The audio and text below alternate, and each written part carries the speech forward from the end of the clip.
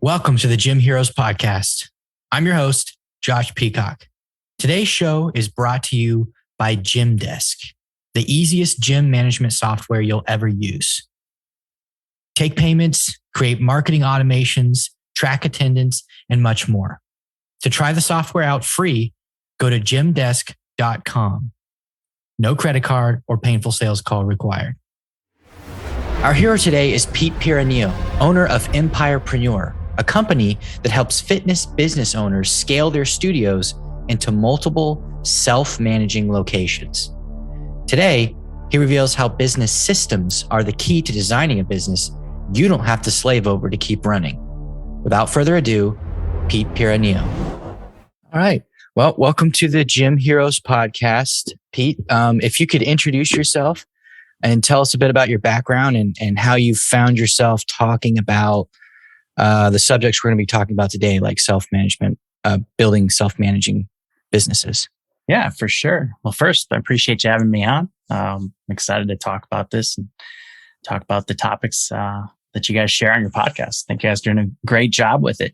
Yeah, in terms of my background, I started personal training in 1998, I believe, as a personal trainer. First 3 years, in the gym. I think like a lot of people start, but I always had kind of a vision for starting my own studio at some point, and also just the fact for me it was, to be honest with you, I kind of was a little bit disappointed in the industry when I first kind of came out. I just had this really vision of a much more professional position as a personal trainer, and I think some people, in the field too, discount their expertise, right? They don't hold themselves to the same standard as a lawyer or doctor or whatever. And that wasn't me. And so the problem is that when I was in the setting and some people had this different idea of the profession, it was quite unsatisfactory to me in terms of that. So I knew I couldn't change the industry. I was like, well, I'm going to change my current world. And so I started my first studio in 2001. Grew quickly and actually opened a second one a year later, my second studio. Then it was just a few years after that, I opened my third studio, ended up opening 5 locations, had franchise partners in multiple states. I've been involved in helping a franchise grow from, 10, 20 locations to about 400 locations. Wow. So I've been in a lot of different aspects from, the personal training side of things to really developing skills to be a multi-unit owner, which is a whole nother, skill set, to then be involved in franchising and supporting franchisees and helping a franchise, with their operations. And so a lot of different aspects that brought me here today. I sold my business in 2015. Kind of took some time away to really just think about, okay, what's the next entrepreneurial journey? That's just kind of in my blood, is entrepreneurship. And I'm a big believer in purpose. If you don't really, that purpose is what lights my fire and kind of gets you through the ups and downs of entrepreneurship, because it's always going to be there, especially if you're pushing the limits to grow. And so I kind of had to find, what was that going to be? And it really kind of came back to, if I was going to do this all over again, what would make it more attainable, easier for me to grow, faster for me to grow. And that's really kind of where I came up with the idea for Empirepreneur was, hey, if I could provide a literally plug and play system for operating a fitness business from, A to Z, basically, not just marketing, which is what you kind of see out there.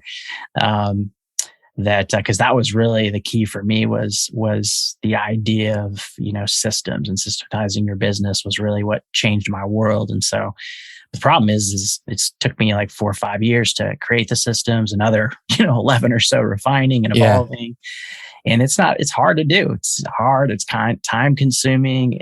Most people don't do it because of that. And so for me, it was, if I could kind of crack that code for fitness businesses, like where they could, plug in a system and still customize it where they need to or whatever.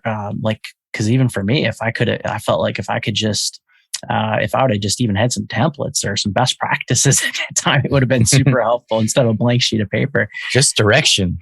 Yes, 100%. And so that's really what Empirepreneur is about is, as we like to say, the franchise system without the franchise. I mean, it allows people to, still customize what we provide them if they want to. A lot of our clients just flat out plug and play if they, most of it, because it just fits exactly what they need. So we're able to really accelerate people's growth, create the freedom that really, we all seek as entrepreneurs, but we often get stuck in the trenches and stuck in the weeds and grinding it out, and we don't know how to get out. And so, as we like to say, we help fitness entrepreneurs build highly profitable, high impact businesses that run without them. So that's kind of the goal, is to have a business that can run without you. Yeah, that's an impressive background. Yeah, that stuff is exciting to me too. I like to think about the stuff from the top. And I know for you've definitely had to have read the E-Myth. Oh yeah, I think that was the influential book really that triggered it for me. It was like, whoa, I'm like, okay, that's and that's exactly how I really got into systems. That was a mentor recommended it to me because really for me it was actually I actually grew pretty quickly, like on the sales side and things like that. So that wasn't an issue. My issue was in kind of my first couple of years, I had employee turnover like crazy from a trainer standpoint. And I felt like every 6 months, maybe a year, I'd lose a trainer. And so, I had a high standard for our service. So I'm just pouring into, every trainer, right? Trying to share my knowledge as much as I could to help them grow and be more successful and better. And that's just so fatiguing, right? When you're hiring and recruiting, training, and that's when a mentor expensive recommended. too. Yeah, expensive. So mentor recommended that book, and that's what really like the whole be systems dependent, not people dependent. Like that changed my life basically. that idea, and that's why we bring what we bring today. So yeah, because that was one thing. To have a book is one thing, but then to go to build it, right? Yeah. It's all like different levels of abstraction. E-Myth talks about like the broad view of building systems, and then the systems is the broad view of the actual business. It just moves up and down. 100%. And it's practice, getting your hands in, being involved in the business is what allows you to understand what needs to be systematized and can be, made into something that's more, I keep using the word abstract. I don't know a better word. Something that is more, I guess, representative of, on a higher level of what's going on in the actual technician aspect of it, as they say. Well, there's different levels of systems too. Like you said, I mean, often, people are thinking at the very tactical level, which 100% you need that. Most of your systems are frontline, right? Like, but there's systems as you climb that org chart too. I mean, I hear this debate a lot of times too. Oh, you don't need systems, SOPs, it's empowerment. And it's like, it's not really one or the other, to be like, because as you climb that org chart, like in our program, we have what we call a strategic management process, which is kind of the main process for the owner that, it's the main driver to execute your vision, and that's a system. And, but as you move up the org chart, of course, now you're empowering people, you're delegating decisions, not tasks. And so I get what they're talking about, but then they want to just throw out the baby with the bathwater, which isn't very smart. Yeah. Yep. Yeah. And people are always trying to be like against the grain. It's, right. It gets tiresome sometimes. It's like, this works, just do it. See, and I was the opposite. What I did was kind of how I was as I like to say, the fitness expert. That's one of our goals in our program, is to take the technical expert and help them be a business expert, right? Because that is the challenge for all small business, but particularly in the fitness industry is, and again, personal trainer or martial arts or whatever, they're the technician. They know that expertise really well, but now to bridge that gap is the difficult part, to get to be a business, expert. And so, for me, I recognized that fairly early, thankfully, but I looked outside the industry. So, my point being is, like, I looked at a lot of the big companies and, like you said, people want to be anti, but there's a lot of especially for early entrepreneurs, like, there's a lot of examples out there that you just need to go model, because they've proven it. Like, people look for the silver bullet, I think is why it's the anti. Yeah. Or they're trying to sell something. Yeah, that too. Exactly. So this is a great segue, actually. So like, I wanted to dive right into the whole idea of work on the business, not in it. So how do you gradually remove yourself from daily operations of a business? Because today we're talking about developing a self-managing business. So how do you do that? How do you systematically work yourself out of it? Yeah. So I think, it's what I teach our clients, and what helped me is, first of all, having a vision of what your business is going to look like, when done, right? You got to know what that's going to look like. I know a lot of times there's talk about vision, but I see people too often it's just they're trying to come up with a cute one-liner about their vision. And so, we work on what we call an enhanced vision statement, which is literally a 2-pager. We really help them flush it out and like really get super clear on what does that business look like. If you're going to say, well, my dream business looks like X tomorrow, right? So once we have that clarity, then we can start to kind of reverse engineer it, so to speak. And that's again where systems come into play. Is we want to think like we're reverse engineering that business. But also we got to think about, well, what would that org chart look like, right? That org chart to run that business that now we know what it looks like, what it's going to be, when it's done, we know what it's going to look like, what people I'm going to need, what's that organization, look like, right? What's my team look like? Yeah. Then from there, we say, okay, well, what boxes right now do you occupy if you're going to look at that org chart?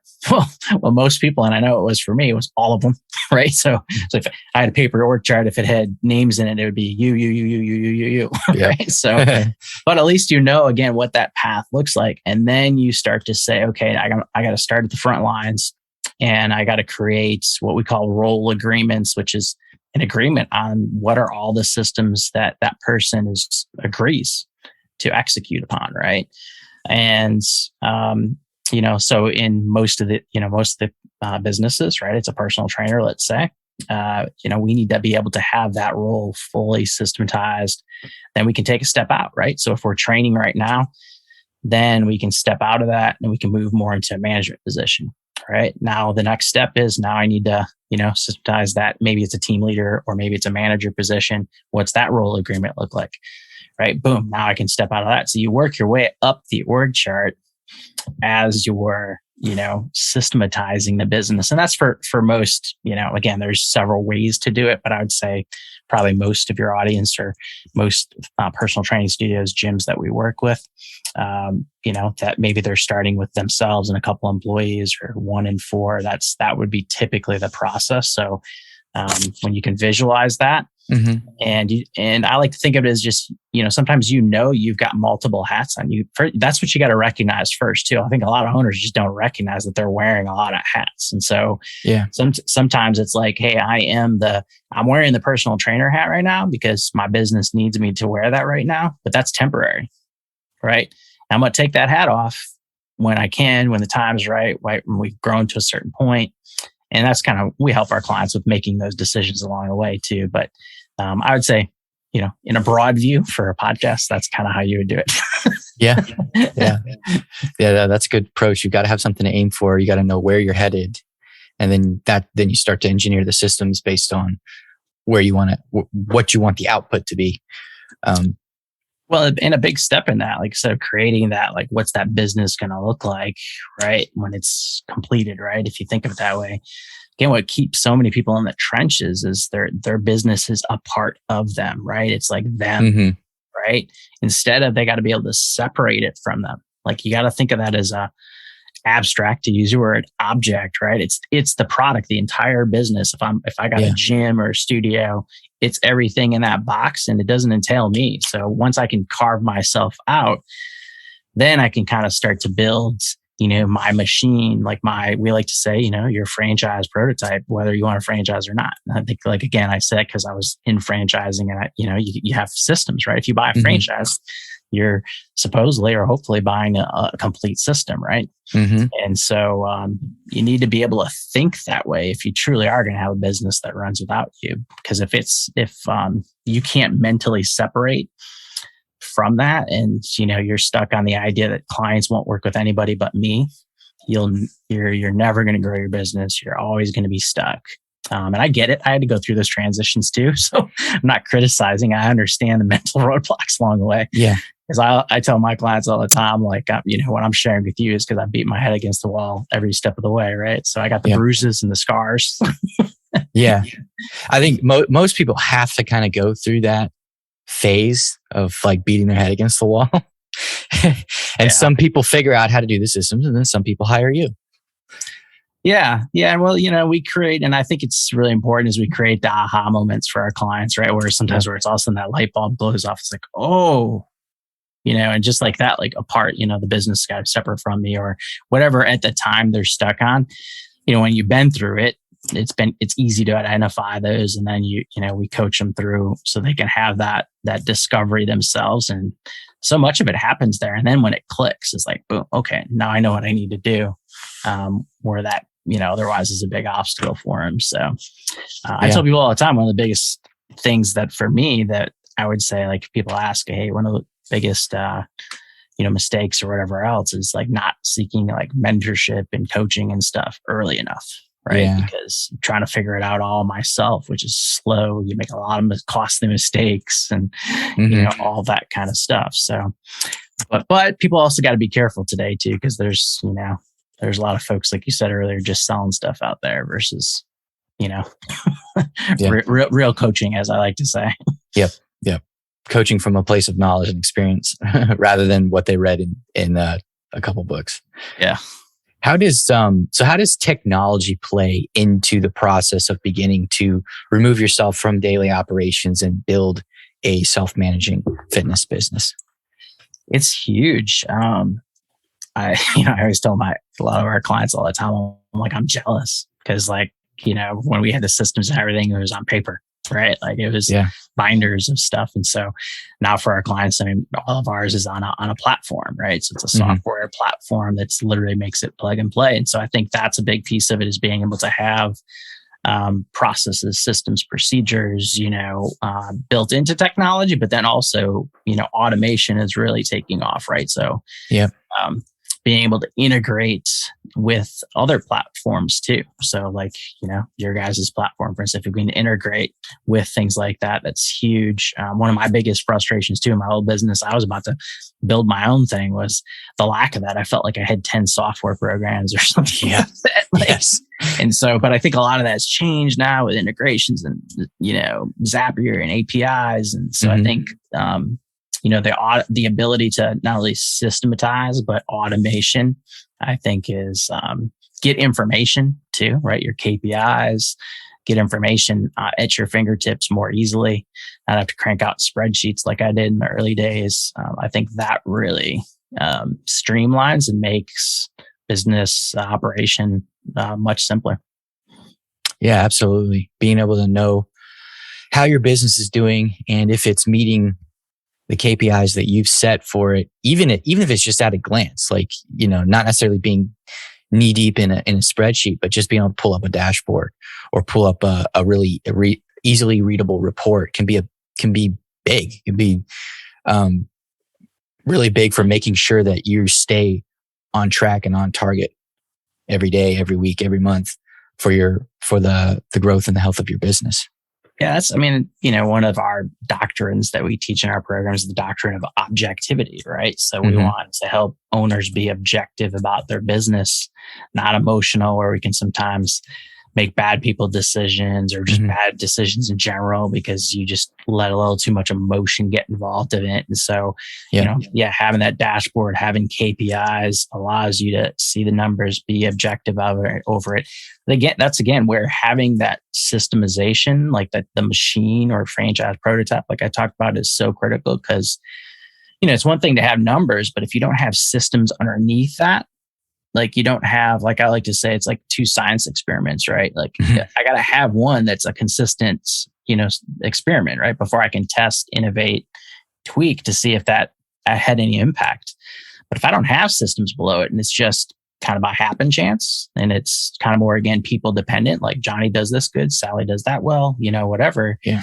You can definitely monitor your numbers, but to be able to change them is much more difficult. It's really a guessing game. So now you're throwing stuff on the wall and seeing if it sticks. So again, having a business, having an operating system, and then having that dashboard. Now I know where to go. Oh, my frequency is not good. Oh, here's my systems that are related to the frequency that our clients come in on a weekly basis. Oh, my attendance isn't good, right? Or my, sales aren't good. Okay, well, how's our conversions? How's our average ticket sale? What systems are related to that? So now it becomes very objective, and you can again kind of reverse engineer those numbers too. Oh, do we need to retrain people on those systems? It just or because we're out of standard on it, or is it broken that we might need to improve that system? Mm-hmm. But otherwise, having numbers alone without that operating system, like I said, then you're kind of it's better than nothing by sure, because most people don't have numbers at all. But to impact those numbers becomes more difficult, right? So, yeah, absolutely. So what are some of the, you mentioned the fact that a lot of owners have trouble transitioning from being a technician inside the business to being more of a manager or a systems engineer who works on the business, making the business a more productive and more consistent. Are there other sort of mental blocks that keep owners from moving from the technician to the systems engineer? Yeah, I mean, I think, like we said, I mean, the first couple are, first of all, being able to kind of separate them from the business. I mean, the first step often is because they are working with clients, right? Like, oh, well, if I don't work with them, they'll leave. I can't afford to do that because I'll financially lose that, right? Mm-hmm. To be honest with you, again, if often that's what we call head trash. Yeah. I know I had to go through that transition, and when I explained it, to my clients at that time, and you got to do it at the right time too, when you've made your team stronger, right? So that's the thing too, is you got to have the time to pour into your people, as we like to say, win the people game. Because in our business, right, our people are our product. Right. In any gym, right, you got service, any personal training studio, yoga, Pilates, whatever, products your people. So if you don't really pour into your folks, then it's your people. It's going to be very difficult for you to remove out. And so if you start that, that my number one job is to make them better so they can train all our clients, if I'm going to use that example, better. Then I can start to extract myself, and it becomes easier too to then tell a client, like, you're growing to a certain stage, like, hey, my job now is to make sure that all our clients get the service they deserve, right? Mm-hmm. Not just a handful. Unfortunately, that I'm abdicating my job as the owner if I'm only taking care of a few versus everybody.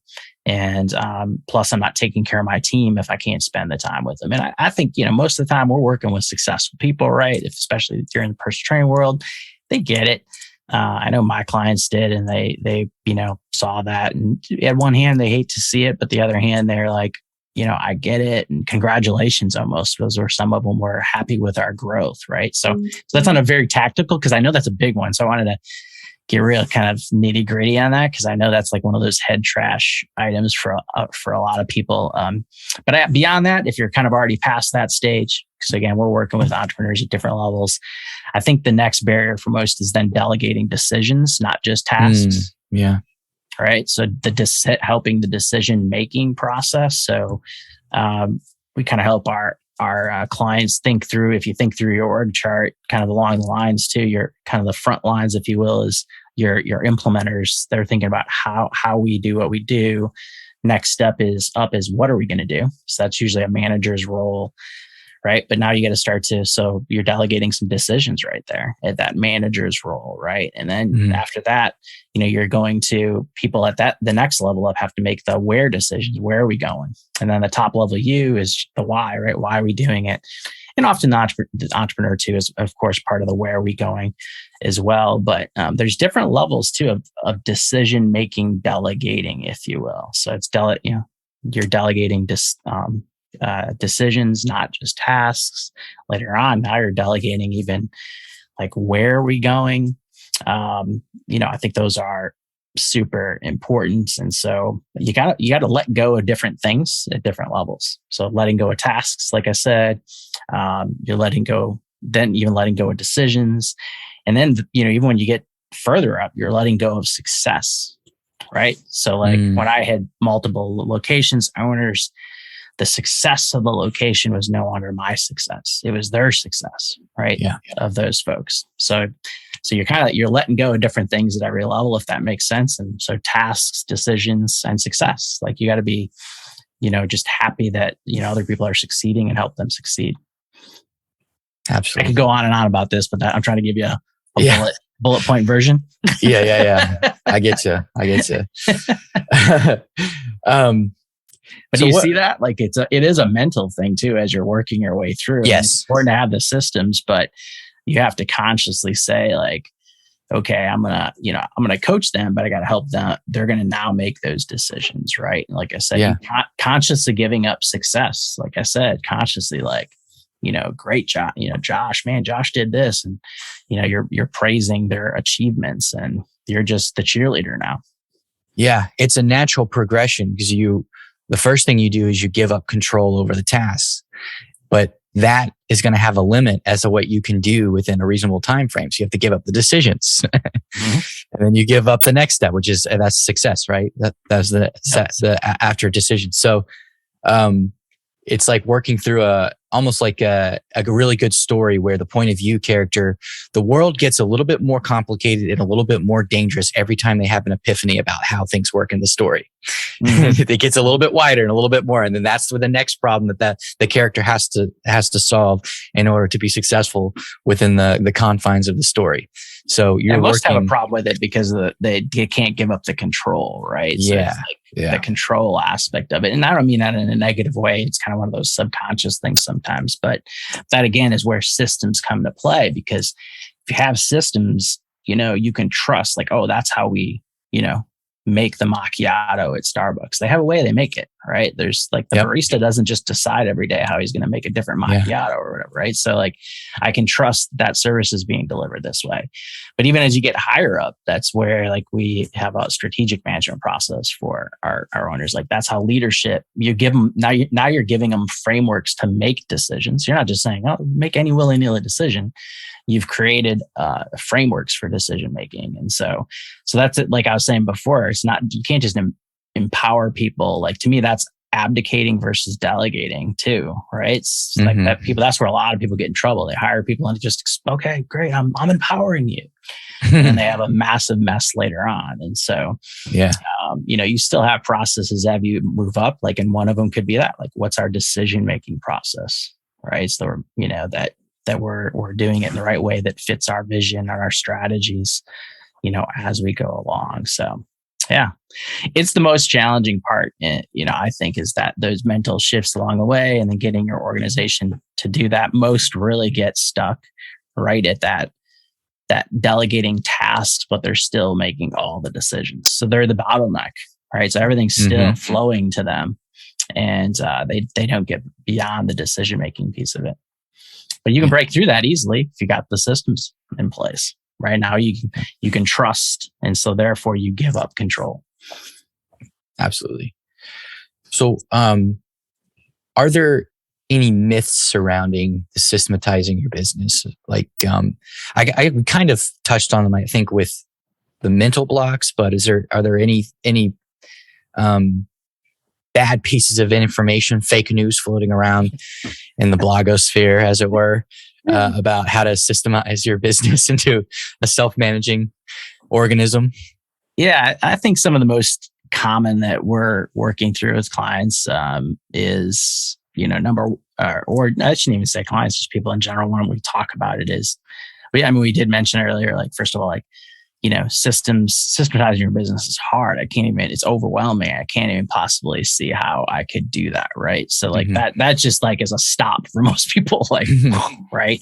And I think that is where, like we talked about earlier, technology, kind of the old way of thinking about SOPs and big manuals and all that stuff is really outdated. So you can still systematize your business with today's technology again, if you have best practices that you can work from, that accelerates it. It's not, that's a lot of what I did too early on. Like I said, modeling, I modeled even the GEs of the world at that time. Their leadership development was really good and all that stuff. So that's kind of number one, is don't let that idea of overwhelm, stop you from doing that.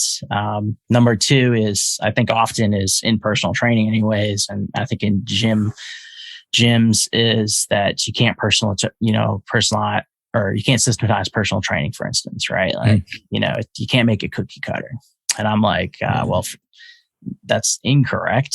First of all, we're not going to make a cookie cutter, but examples of systems that we have for clients, like, right, like how's that system, or how, what we call a results, session, right? So how do we run an effective session, right? Like, there's a framework around that. Now, are we saying like we're telling them every word to say no? But, if you look at the best trainers out there, they have a method that that's why the clients love them and why they get great.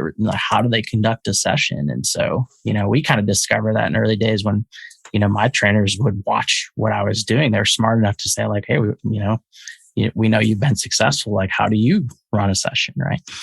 But think about program design, like in personal training, right? That's very systematic. I mean, if you don't have systems and structure and periodization and all that, then you're kind of a hack when it comes to that stuff.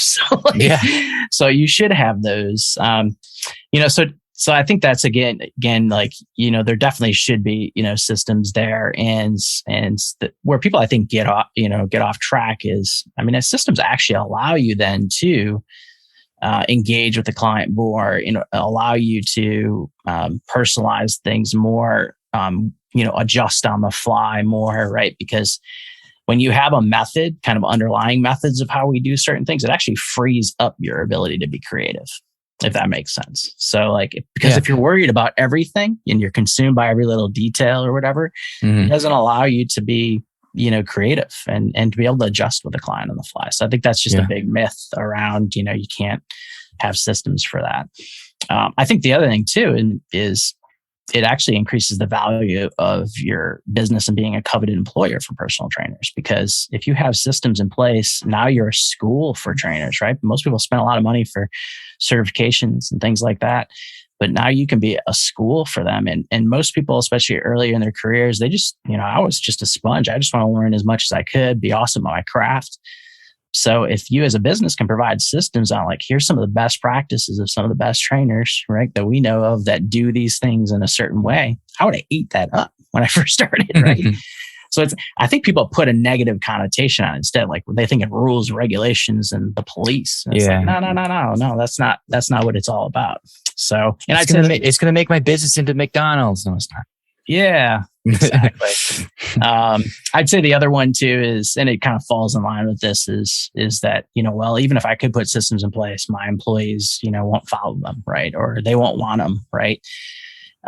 Completely the opposite. Most people actually leave businesses because of the lack of direction, the lack of clear expectations, the lack of good standards, right? Well, that's what systems provide. So a system says, hey, here's the result. Like ours have what we call a result statement on it. Here's the objective, the result we're trying to get out of the system. Oh, like, okay, that's clear. Here's how you do it. Here's the standards by which we do it, right? All of that makes it very clear. That's called good delegation, right? Most bad managers don't know how to delegate, don't delegate well, right? Well, that's to me, systems is the perfect delegation. It really helps a manager perfectly delegate. So that's again a falsity. I mean, I think if you go into it thinking I'm giving rules, regulations, and policies, sure, but that's a leadership issue on your part. You're leading systems wrong, right? But if it's good delegation, and this is how we do it here, this is our secret sauce, right? People like your teams will love that. They're going to love clear expectations and standards, and because really most people just want to win at work, right? You want to be successful, right? You want your boss to say, "Hey, man, you're awesome, great job." Right. And your job as the owner, the boss or manager, depending on what level you are, is to help facilitate that. And so systems help facilitate that, right? Help them be, as we like to say, you're giving them the playbook to be successful. That's how I used to give it to when I was in my facilities, that's what we explained it to our trainers. This is your success playbook. Right. And then also we want you to contribute, by the way, in using your brains and knowledge and experience to help improve them. Right. So that's again where now you can be involved in innovation. Right. So we want them engaged in the business. We don't want just them to be robots. We want them to also improve the system through their experiences as they go. Yeah, absolutely. So you've mentioned that you've talked quite a bit about having experience with multi-location ownership. What makes that so difficult, and what causes most people who try to go from, okay, I have one successful location, to failing at building a chain of locations or a franchise even? Yeah. I mean, I saw it all the time. People go literally from one to just two, and right. So they had a super successful location. They go to second one, and it can destroy their entire business. And so, it's what we talked about before. Really, is they have to change how they think about their business. Again, they got to think of it as being a part from them, not a part of them.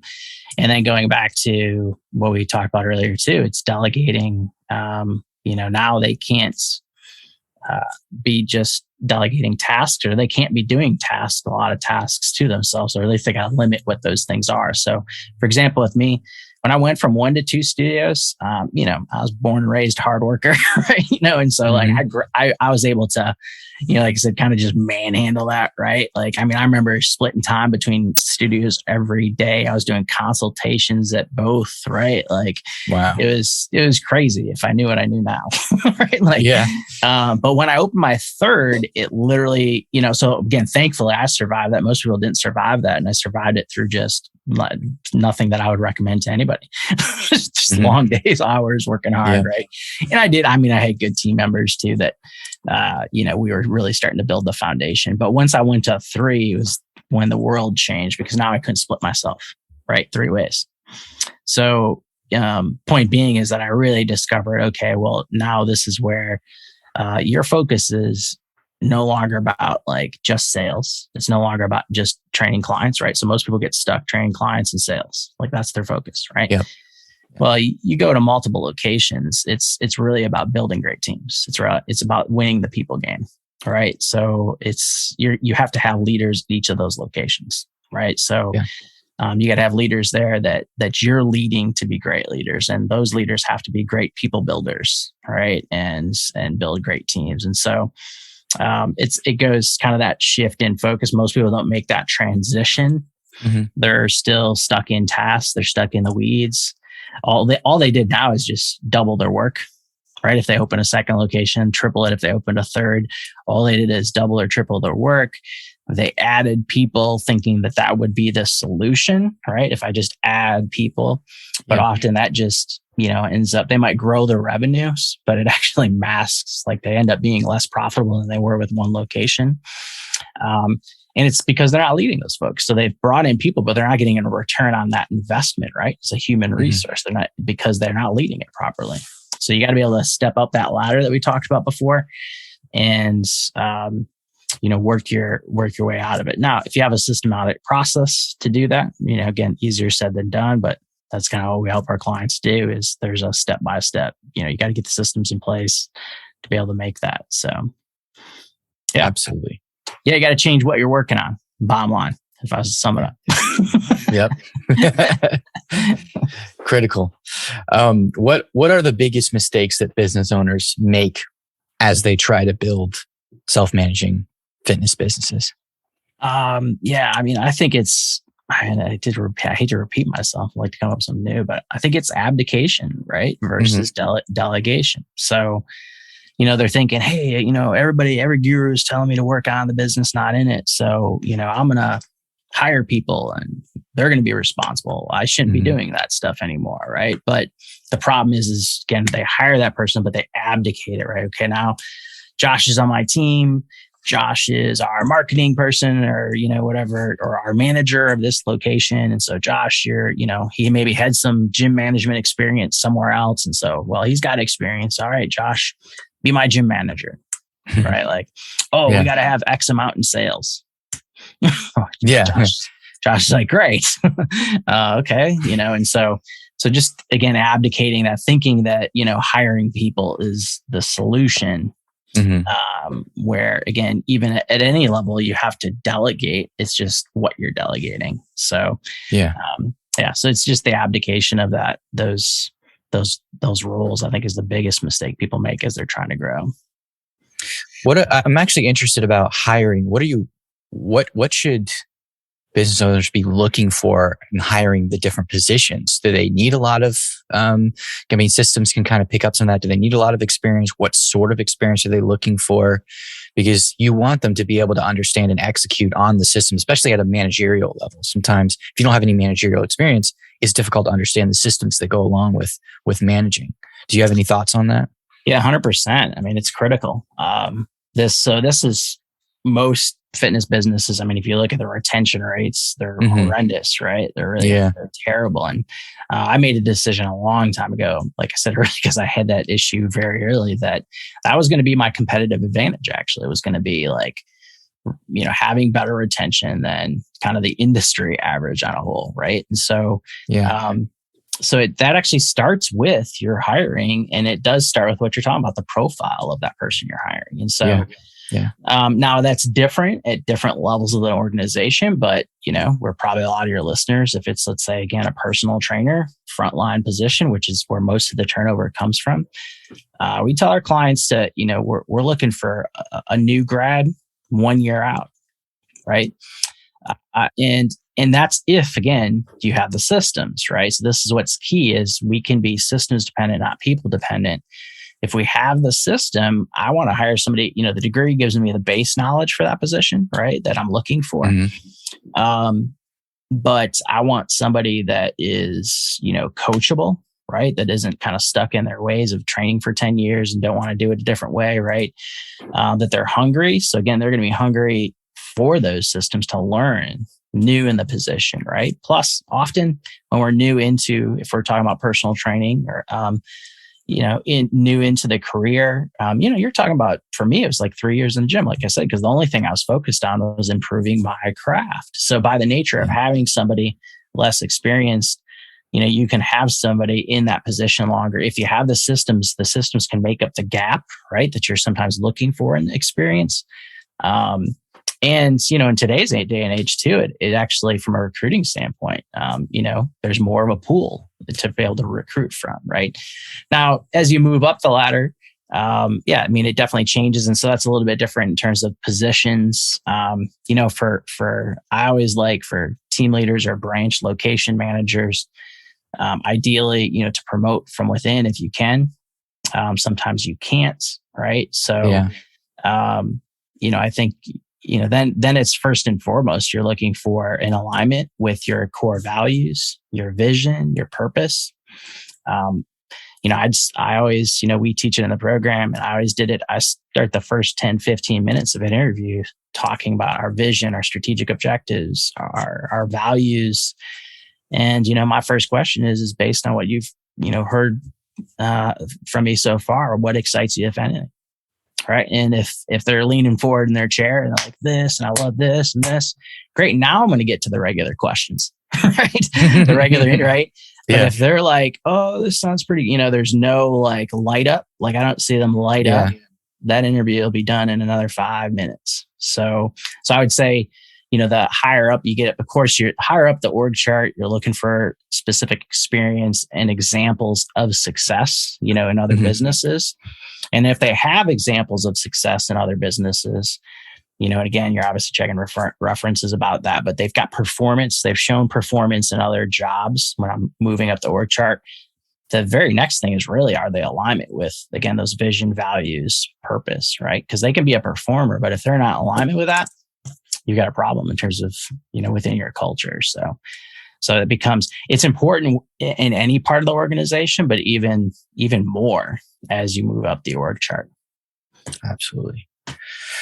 So I saw elsewhere that you've cautioned against, is pretty big gear shift, but it's related to growing the business. You've cautioned against funnel mania for marketing.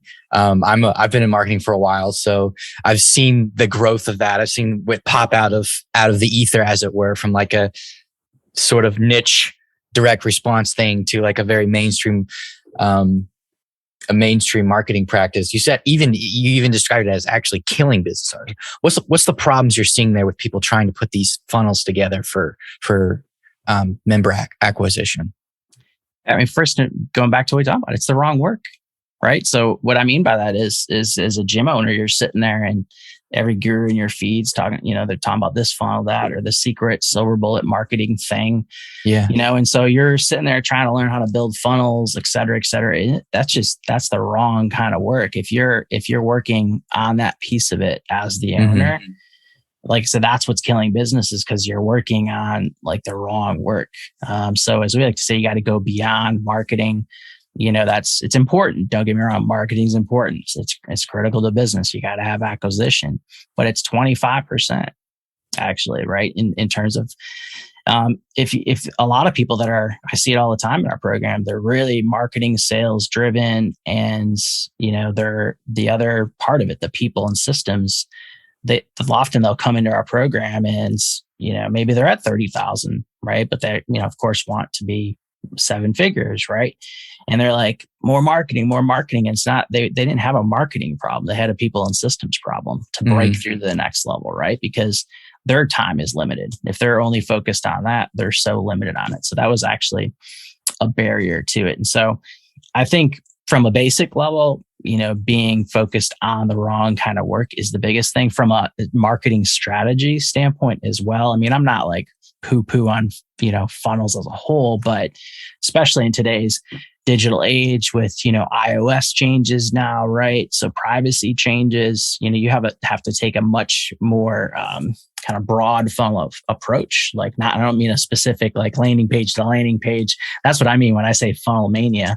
But you got to have a top of funnel, tofu, right? Mofu, bofu, bottom of funnel approach with all of your marketing, right? Yeah. So you got to be able to take people through what we call the purchase decision chain and help them go from, unaware of their problem or even your business to the problem down to, the fact that they're already like, these guys are the solution for me. They're pre-sold, ready to buy when they walk in your facility, because your marketing took them on that journey, that purchase decision, to the point where they're like, I'm just going in now to kind of verify my decision and what I've seen done. And that's how we help clients too, sell higher ticket more easily.